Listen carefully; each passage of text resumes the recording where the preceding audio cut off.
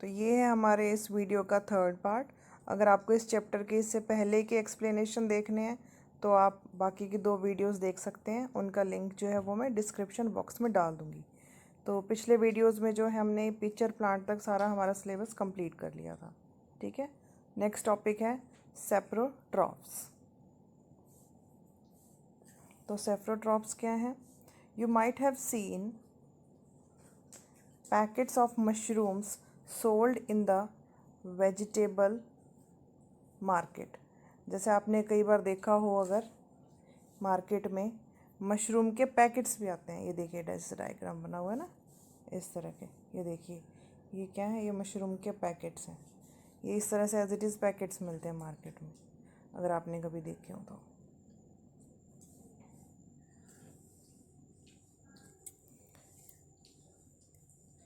You may have also seen fluffy umbrella-like patches growing in moist soils or on rotting wood during the rainy season।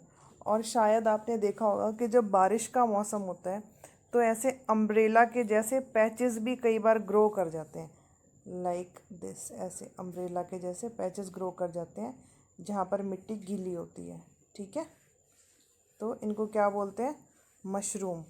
ये mostly कहाँ पर आपको मिलेंगे? या तो जहाँ पर जो है रॉटिंग वुड मीन्स जहाँ पर कोई लकड़ी के पीस बिल्कुल गीले हैं, और रॉटिंग मीन्स सड़ रहे हों, जो ख़राब हो रहे हों लकड़ी के पीस, आपको वहाँ पर देखने को मिलेगी। या जहाँ पर मिट्टी बहुत ज़्यादा गीली हो, ये स्पेशली आपको बारिश के मौसम में देखने को मिलते हैं। इनको क्या बोलते हैं?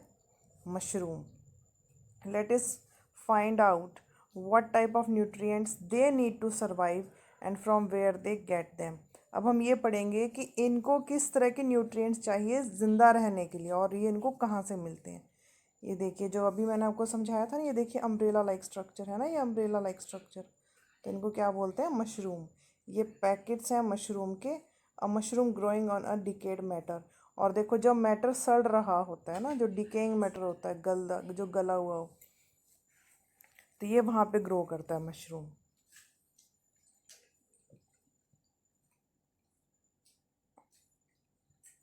इसके लिए जो है हमें एक एक्टिविटी बताई गई है, जिसका ये डायग्राम है ऊपर, ये वाला डायग्राम है। ठीक है, तो इस एक्टिविटी में हमें क्या बोला गया है? इस एक्टिविटी में हमें ये बोला है कि सबसे पहले हम क्या करेंगे, एक पीस ले लेंगे ब्रेड का। ठीक है, उसके बाद हम उसको मॉइस्चर मीन्स हम उसको गीला कर देंगे पानी से। उसके बाद हम उसको किसी वार्म प्लेस पे, यानी कि किसी गर्म जगह पर जहाँ पर ठंड ना हो, ऐसी किसी मॉइस्ट जहाँ पर क्या है, बहुत नमी हो और जहाँ पर गर्मी हो, ऐसी जगह पर हम 2-3 दिन के लिए उसको छोड़ देंगे। कब तक छोड़ देंगे? जब तक कि उसमें से फ्लफ़ी पैचेस ना दिखाई देने लग जाए। ठीक है, उसमें से आपको फ्लफ़ी से, यानी कि फूले हुए से पैचेस ना दिखने लग जाए, तब तक आप उसको क्या करेंगे? ब्रेड को सबसे पहले हम उसको गीला कर देंगे पानी से। फिर उसको कोई ऐसी जगह देखेंगे जहाँ पर ठंडक ना हो, जहाँ पर गर्मी हो, और जहाँ पर पानी भी प्रेजेंट हो, जहाँ पर गीलापन हो, हवा में नमी हो, वहाँ पर हम 2-3 दिन के लिए उसको छोड़ देंगे। फिर जब हम चेक करेंगे, उसके ऊपर क्या है, फ्लफ़ी से पैचेस दिखाई देंगे आपको। तो ये पैचेस कौन से कलर के होंगे? ये पैचेस होंगे ग्रीन कलर के। ये पैचेस होंगे ग्रीन से कलर के। Observe the patches under a microscope और a magnifying glass. Write down your observations in the notebook. You will see cotton-like threads spread on the piece of bread। इसमें ये क्या कह रहा है कि आपको कॉटन जैसे थ्रेड दिखाई देगा ब्रेड के ऊपर। ठीक है, ये देखो आप डायग्राम में आपको ये दिखाई दे रहे हैं, ग्रीन ग्रीन से पैचेस दिखाई दे रहे हैं ना आपको। अगर आप डायरेक्ट देखोगे आई से तो आपको ये पैचेस इस तरह के दिखाई देंगे, जैसे ये वाला है। ठीक है, आपको इस तरह के पैच दिखाई देंगे। और अगर आप जो है इसको मैग्नीफाइंग ग्लास से देखना चाहेंगे तो आपको ये ऐसे राइट साइड वाली पिक दिखाई देगी। माइक्रोस्कोप से अगर आप देखेंगे तो आपको ये राइट साइड वाली पिक दिखाई देगी।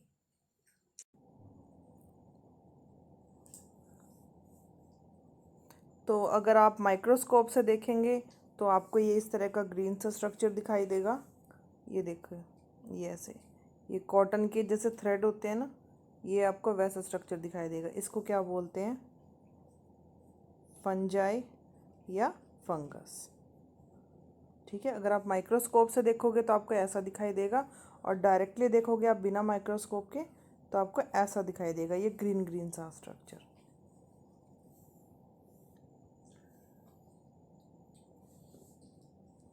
These organisms are called fungi. इन ऑर्गेनिजम्स को क्या बोलते हैं? Fungi. They have a different mode of nutrition. उनका न्यूट्रिशन का तरीका बिल्कुल डिफरेंट है, जो हमने पीछे पढ़े हैं न्यूट्रिशन के मोड उनसे। ठीक है, they absorb the nutrients from the bread. इनको कहाँ से मिल रहा है न्यूट्रिएंट? ब्रेड से। कहाँ से मिल रहा है? ब्रेड से। और ये जो मोड है न्यूट्रिशन का, जिसमें कि अब ये देखो डेफिनेशन स्टार्ट होगी, जिसमें कि organisms take in nutrients from dead and decaying matter. This is known as saprotrophic nutrition. Saprotrophic nutrition क्या होता है? वो तरीका न्यूट्रिशन का जिसमें ऑर्गेनिजम्स अपना न्यूट्रिएंट्स कहाँ से लेते हैं? डेड एंड डिकेइंग मैटर, यानी कि जो बिल्कुल मैटर जो डेड हो चुका है, जो मर चुका है, डिकेइंग मतलब जो खराब हो रहा है, जो सड़ रहा है मैटर। ठीक है, अगर उससे कोई न्यूट्रिएंट्स लेता है, वो ऑर्गेनिजम्स जो कोई भी इस तरह के न्यूट्रिएंट्स लेते हैं, कहाँ से? डेड और डिकेइंग मैटर से, सड़े गले मैटर से, तो उनको क्या बोलते हैं? सेप्रोट्रॉफ्स। और ये जो तरीका है न्यूट्रिशन का, इसको क्या बोलते हैं? Saprotrophic nutrition. इसको क्या बोलते हैं? Saprotrophic nutrition. ठीक है, और इन ऑर्गेनिजम्स को क्या बोलते हैं? सेप्रोट्रॉफ्स। ठीक है, तो ये आप कर लोगे, एग्जाम में आएगा, तो ये ज़रूर आएगा एग्जाम में, ये बहुत इंपॉर्टेंट है डेफिनेशन। ओके, तो डेड और डिकेइंग मैटर से जो अपना फूड लेते हैं उनको बोलते हैं सेप्रोट्रॉफ्स, और इस तरीके को क्या बोलते हैं? Saprotrophic nutrition. Fungi also grow on pickles, leather, clothes and other articles that are left in hot and humid weather. और फंजाई आपसे एग्जाम में पूछ सकते हैं कि फंजाई का एग्जाम्पल बताओ, कहाँ कहाँ देखने को मिल सकते हैं? तो मतलब अचार में, पिकल्स मतलब अचार में, लेदर मतलब जो चमड़ा होता है उस पर, और कपड़ों पर भी दिखाई दे सकती है, और भी दूसरी चीज़ों पर दिखाई दे सकती है। अगर हम उनको कहाँ छोड़ दें? ऐसी जगह पर जहाँ पर गर्मी हो और नमी हो। ठीक है, जो नमी वाला वेदर होता है, जैसे कि बारिश के टाइम में होता है, अगर हम ऐसी जगह पे छोड़ देंगे काफ़ी लंबे समय के लिए, ठीक है, फॉर लॉन्ग टाइम, तो क्या होगा? वहाँ पर आपको फंजाई देखने को मिल जाएगी। During the rainy season they spoil many things, और स्पेशली बारिशों के दिनों में ये बहुत सारी चीज़ों को स्पॉइल मतलब ख़राब कर देते हैं। Ask your parents about the menace of fungi in your house. आप अपने पेरेंट्स से भी पूछ सकते हैं कि उन्होंने कहाँ देखा है, या आप उससे बचने के लिए क्या करें। आप उससे बचने के लिए आप क्या करेंगे? ऑब्वियसली कि नमी वाली चीज़ों को वहाँ से हटा देंगे, और आप ऐसी चीज़ों को अगर मतलब ख़राब होने से बचाना है तो आप उनको सनलाइट दिखाएंगे। The fungal spores are generally present in the air. तो एक्चुअली में होता क्या है कि ये जो फंजाई के जो स्पोर्स होते हैं, ठीक है, उनके जो दाने होते हैं छोटे छोटे, तो वो ऑलरेडी एयर में प्रेजेंट होते हैं। ठीक है, और फिर क्या होता है? When they land,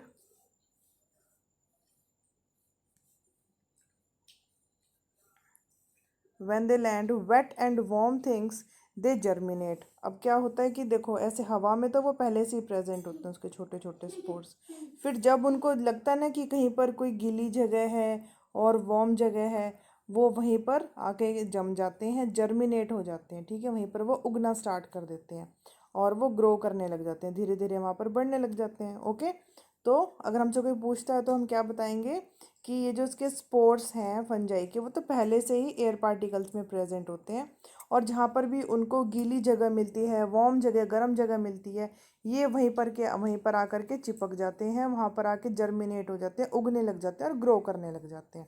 now can you figure out how we can protect our things from getting spoiled. तो आप कैसे बचा सकते हैं अपनी चीज़ों को ख़राब होने से? अभी मैंने आपको बताया कि हम वहाँ से, एक पहली बात तो वहाँ पर अगर कोई गीलापन है हम उसको हटाएंगे, उस जगह को हम अच्छी तरह से ड्राई करेंगे, वहाँ पर हम सनलाइट को मतलब प्रोवाइड करेंगे। ओके, और वहाँ पर अगर वाटर है, कोई चीज़ वेट है, तो हम उसको वहाँ से हटाएंगे, हम बेसिकली हम उस एरिया को ड्राई कर देंगे और क्लीन कर देंगे। Some organisms live together and share both shelter and nutrients. This relationship is called symbiosis. अब हम नेक्स्ट पढ़ते हैं सिम्बायोसिस, ठीक है, ये भी बहुत इंपॉर्टेंट है एग्जाम पॉइंट ऑफ व्यू से। तो सिम्बायोसिस क्या है? कुछ ऑर्गेनिज्म क्या करते हैं, एक साथ रहते हैं, live together and share both. और वो क्या शेयर करते हैं? शेल्टर मतलब उनका घर, रहने की जगह, और न्यूट्रिएंट्स मतलब खाना, ठीक है। आप ऐसा समझ लो कि दो फ्रेंड्स हैं, ठीक है, दो फ्रेंड्स हैं ए और बी, तो वो अपना घर भी शेयर करते हैं और अपना न्यूट्रिएंट्स भी शेयर करते हैं, ठीक है, वो एक साथ रहते हैं अगर। तो इस रिलेशनशिप को क्या बोलते हैं? सिम्बायोसिस। इस रिलेशनशिप को क्या बोलते हैं? सिम्बायोसिस। अब हम आगे जो है इसके एग्जाम्पल देखेंगे। फॉर एग्जाम्पल, अब देखो इसका एग्जाम्पल भी पूछ लेंगे आपसे एग्जाम में। Certain fungi live inside the roots of plants, ठीक है, जैसे कि ये रूट्स हैं, ये होगी सॉइल, ये रूट्स होगी प्लांट्स की, ठीक है। अब क्या है, इसके अंदर कुछ क्या रहती हैं? फंजाई रहती हैं, जैसे मान लो यहाँ पर ये फंजाई है, ठीक है। The plants provide nutrients to the fungus. Plant क्या देता है इसको? न्यूट्रिएंट्स, ठीक है। The plant provides nutrients to the fungus and in return the fungus provides water and certain nutrients. देखो यहाँ पर प्लांट को क्या फ़ायदा हो रहा है इससे? प्लांट को तो इससे ये फ़ायदा हो रहा है कि प्लांट इसको क्या क्या दे रहा है? इसको देगा न्यूट्रिएंट्स, यानी कि खाना देगा, ठीक है, और साथ में इसको रहने के लिए जगह तो दे ही रहा है फंजाई को, है ना। तो न्यूट्रिएंट्स देगा प्लांट, किसको? इस फंगस को न्यूट्रिएंट्स देगा, और साथ में क्या देगा उसको? न्यूट्रिएंट्स देगा साथ में, ठीक है, और साथ में शेल्टर देगा। और ये जो फंजाई है ये क्या क्या देगा उसको रिटर्न में? फंजाई उसको देगा वाटर और न्यूट्रिएंट्स, ठीक है। ये क्या क्या देगा प्लांट को? वाटर देगा और देगा न्यूट्रिएंट्स, ओके। तो इसको क्या बोलते हैं? सिम्बायोसिस। नेक्स्ट है लाइकन्स। नेक्स्ट क्या है? लाइकन्स।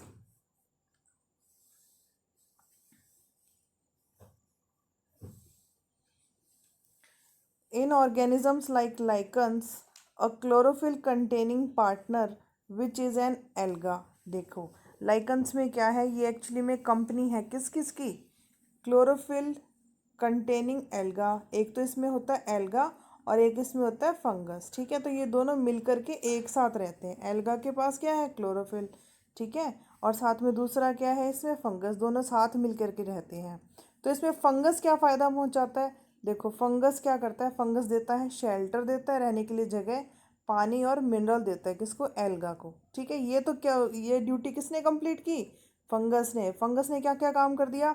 एक तो उसने रहने के लिए जगह दे दी अपने फ्रेंड को एल्गा को, पानी भी दे दिया और मिनरल भी दे दिया। अब एल्गा क्या क्या ड्यूटी निभा रहा है? देखो एल्गा क्या क्या कर रहा है?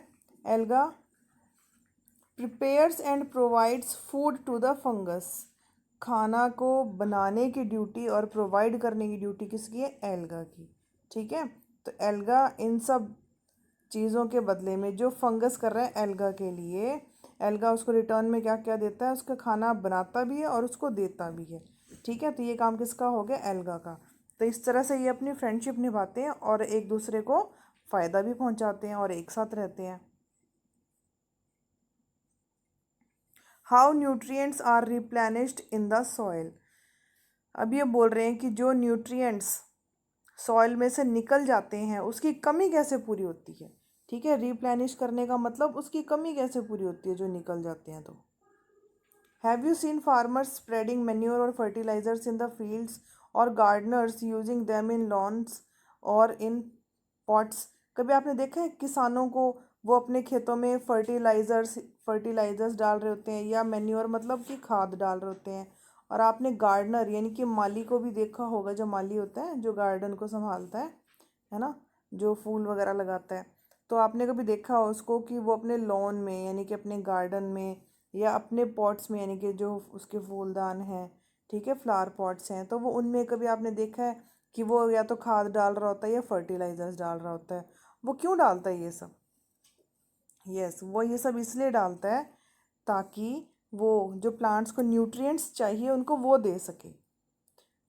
ठीक है, उनको न्यूट्रिएंट्स प्रोवाइड करने के लिए वो प्लांट्स में क्या डालता है, manure and nutrients. You learn that plants absorb minerals and nutrients from the soil. अब ये तो हमें पता है कि प्लांट्स क्या करते हैं, मिट्टी में से मिनरल्स और न्यूट्रिएंट्स को एब्जॉर्ब कर लेते हैं। ठीक है, तो अब क्या होगा कि उस मिट्टी के अंदर ये मिनरल्स और न्यूट्रिएंट्स की शॉर्टेज हो जाएगी कुछ टाइम के बाद। ठीक है ना, क्योंकि प्लांट्स जो है मिट्टी में से मिनरल्स और न्यूट्रिएंट्स को कॉन्टिन्यूसली यूज़ कर रहे हैं, तो क्या होगा, वहाँ की मिट्टी में इसकी कमी हो जाएगी। डिक्लाइनिंग मतलब वहाँ पर क्या, इसकी शॉर्टेज हो जाएगी, कमी हो जाएगी। तो fertilizers and manures contain nutrients. अब हम क्या करेंगे, फर्टिलाइजर्स और मैन्योर्स देंगे। क्यों? क्योंकि उसके अंदर क्या है, उसके अंदर न्यूट्रिएंट्स हैं। उसके अंदर न्यूट्रिएंट्स हैं किस तरह के, जैसे कि नाइट्रोजन, पोटेशियम, फॉस्फोरस। ठीक है, ये भी बहुत इंपॉर्टेंट है कि फर्टिलाइजर्स ऐड करने का क्या फ़ायदा है। फर्टिलाइजर्स ऐड करने का ये फ़ायदा है कि फर्टिलाइजर्स और मैन्योर दोनों को यूज़ करने का ये फ़ायदा है कि उसके अंदर न्यूट्रिएंट्स होते हैं। किस किस तरह के न्यूट्रिएंट्स, जो कि प्लांट्स के लिए बहुत इंपॉर्टेंट है, जैसे कि नाइट्रोजन। अब ऐसे तो आपको पता है कि नाइट्रोजन जो है एयर में प्रेजेंट है, लेकिन प्लांट्स उसको खुद डायरेक्टली यूज़ नहीं कर सकते, तो हम क्या करते हैं, मैन्योर्स और फर्टिलाइजर्स प्रोवाइड करते हैं। तो उसको क्या मिल जाएगा, नाइट्रोजन भी मिल जाएगा, पोटेशियम भी और फॉस्फोरस भी। These nutrients need to be added from time to enrich the soil. और ये न्यूट्रिएंट्स थोड़े थोड़े समय के बाद हमें प्लांट्स को देने बहुत ज़्यादा ज़रूरी हो जाते हैं।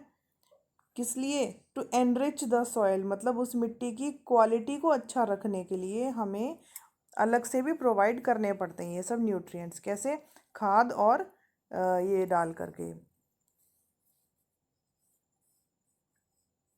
फर्टिलाइजर्स डाल करके। Okay,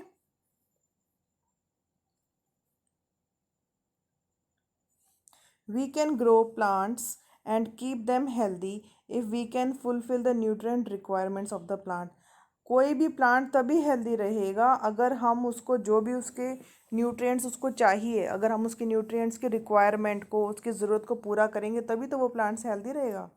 usually crop plants absorb a lot of nitrogen and the soil becomes deficient in nitrogen. Normally क्या होता है, जो फसलें होती हैं ना, जो फसलों वाले प्लांट्स होते हैं, पौधे पौधे होते हैं, वो क्या करते हैं, वो बहुत सारी नाइट्रोजन यूज़ कर लेते हैं और वहाँ की मिट्टी में फिर क्या, नाइट्रोजन की कमी हो जाती है। यू लर्न दैट दो nitrogen gas is available in plenty in the air, plants can not use it in the manner they can use carbon dioxide. अब जैसे कि आपको पता है कि कार्बन डाइऑक्साइड एयर में प्रेजेंट है ना, तो कार्बन डाइऑक्साइड को तो क्या है, प्लांट्स डायरेक्टली यूज़ कर लेते हैं। अब ऐसे तो नाइट्रोजन भी प्रेजेंट है ना, नाइट्रोजन गैस भी प्रेजेंट है, बहुत सारी प्रेजेंट है हमारे एटमॉस्फेयर में, हमारी एयर में, लेकिन प्लांट्स उसको एज इट इज़ यूज़ नहीं कर पाते जैसे वो कार्बन डाइऑक्साइड को यूज़ कर पाते हैं। इसीलिए उनको जो है नाइट्रोजन किस फॉर्म में चाहिए, सॉल्यूबल फॉर्म में। किस फॉर्म में चाहिए, सॉल्यूबल फॉर्म में चाहिए, ताकि वो इजीली उसको यूज़ कर सकें। तो अब एक यहाँ पर नया नाम आ जाता है, राइजोबियम। क्या है, राइजोबियम। राइजोबियम क्या है, ये एक बैक्टीरिया है। राइजोबियम क्या है, एक बैक्टीरिया है। ठीक है, ये क्या करता है, rhizobium can take atmospheric nitrogen and convert it into a usable form. Rhizobium का क्या फंक्शन है, ये एटमॉस्फेयर से नाइट्रोजन लेता है और उसको कन्वर्ट कर देता है यूज़ करने लायक फॉर्म में। ठीक है, जिसको कि प्लांट इजीली यूज़ कर सके, उसको ऐसी फॉर्म में कन्वर्ट कर देता है। कौन, rhizobium bacteria. But rhizobium can not make its own food. अब प्रॉब्लम क्या है कि राइजोबियम अपना खुद का खाना नहीं बना सकता। So it often lives in the roots of gram, peas, moong, beans and other legumes. यानी कि जो राइजोबियम बैक्टीरिया है ये अपना खाना खुद नहीं बना सकता, इसलिए ये क्या करता है कि जो दूसरे लेग्यूमिनस प्लांट्स हैं, या जो दूसरी, जो स्पेशली जो दाल वाले पौधे होते हैं ना, जैसे कि ग्राम है, पीज है, मूंग है, बीन्स हैं, ठीक है, तो जो इस तरह के प्लांट्स होते हैं उनको क्या बोलते हैं, लेग्यूमिनस प्लांट्स। तो ये क्या करता है कि ये इनके रूट्स में रहता है, इनकी कहाँ रहता है, रूट्स में रहता है।